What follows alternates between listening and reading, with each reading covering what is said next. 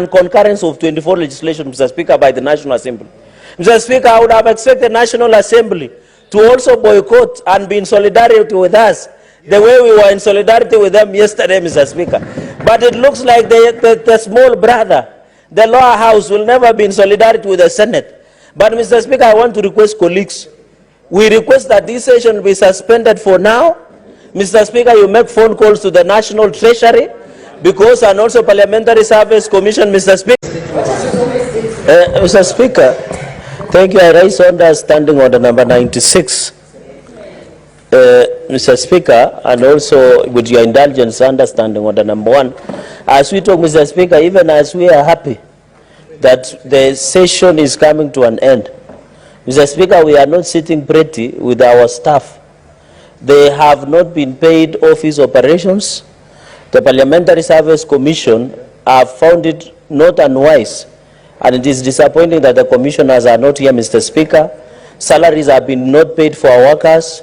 Our landlords are closing our county offices across the 47 counties, Mr. Speaker, sir. There is no money. Virtually, the service providers want to auction the Senate furniture that has been put in most of our offices, Mr. Speaker.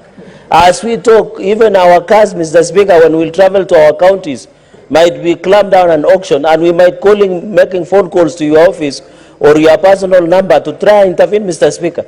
Mr. Speaker, you saw yesterday when the National Assembly boycotted, they have been assured within the close of business today, their money will be in the accounts of CDM, Mr. Speaker. Why are they discriminating against the Senate by the National Treasury, Mr. Speaker?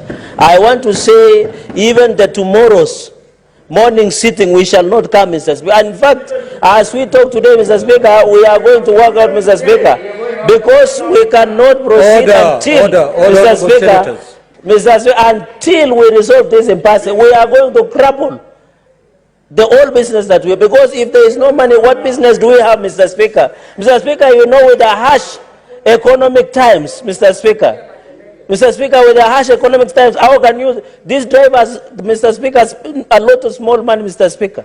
When they drive us and they're angry, they can drive us out of the roads and cause accidents, Mr. Speaker. Mr. Speaker, even our secretaries, our personal assistants, Mr. Speaker, can you lead us and listen to our cries, Mr. Speaker? This Senate has ever come under attack in the year 2018-2019. And it is you, Speaker, who led us all the way to Milimani High Court when we were filing against non-concurrence of 24 legislation, Mr. Speaker, by the National Assembly. Mr. Speaker, I would have expected the National Assembly to also boycott and be in solidarity with us the way we were in solidarity with them yesterday, Mr. Speaker. But it looks like the small brother, the lower house, will never be in solidarity with the Senate. But, Mr. Speaker, I want to request colleagues. We request that this session be suspended for now. Mr. Speaker, you make phone calls to the National Treasury, because and also Parliamentary Service Commission, Mr. Speaker. We suspend for 30 minutes. You get a commitment. We go into a recess for another 30 minutes. We agree on how we are going to proceed, Mr. Speaker. Mr. Speaker, under indulgence and the direction leadership, you need to provide leadership on this one, Mr. Speaker. I don't think you will be sitting pretty. I can tell you, you'll have to switch your phone, because we will call incessantly. We will also give your number to our workers, our staff, so that they call and explain the situation, Mr. Speaker.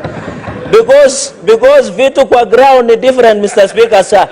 So as we talk, we have been using our own money to fuel and support most of our workers, Mr. Speaker. Some of them have school fees. Some of them have medical bills to pay, Mr. Speaker. They have rent, Mr. Speaker. You can imagine working to your office and your staff have not been paid.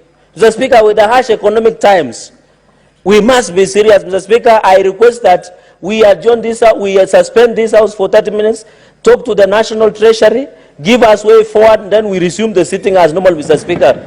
And I think going into the future, I want to call upon Parliamentary Service Commission. There is no house that is lesser than the other. When the National Assembly speak, they listen.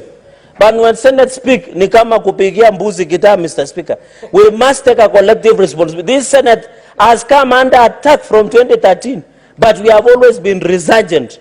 They should not underestimate us, Mr. Speaker. We look like dormant volcano, but we are going to erupt that it has never been seen before, Mr. Speaker. I expect people like Senator Chute to be on the forefront defending us, Mr. Speaker. You had Senator Sifuna yesterday led us in a Kamkunji, and we made a resolution that we shall not sit until we get our dues, Mr. Speaker. It is our right. How can we work, Mr. Speaker? Mr. Speaker, I request that you suspend this sitting and we agree, Mr. Speaker, with all due respect. Senator Osotsi. Mr. Speaker, I want to support the request by Senator Cherargei that this is a very serious matter. Mr. Speaker, just like any other workers, we cannot sit here and work if our hearts are troubled.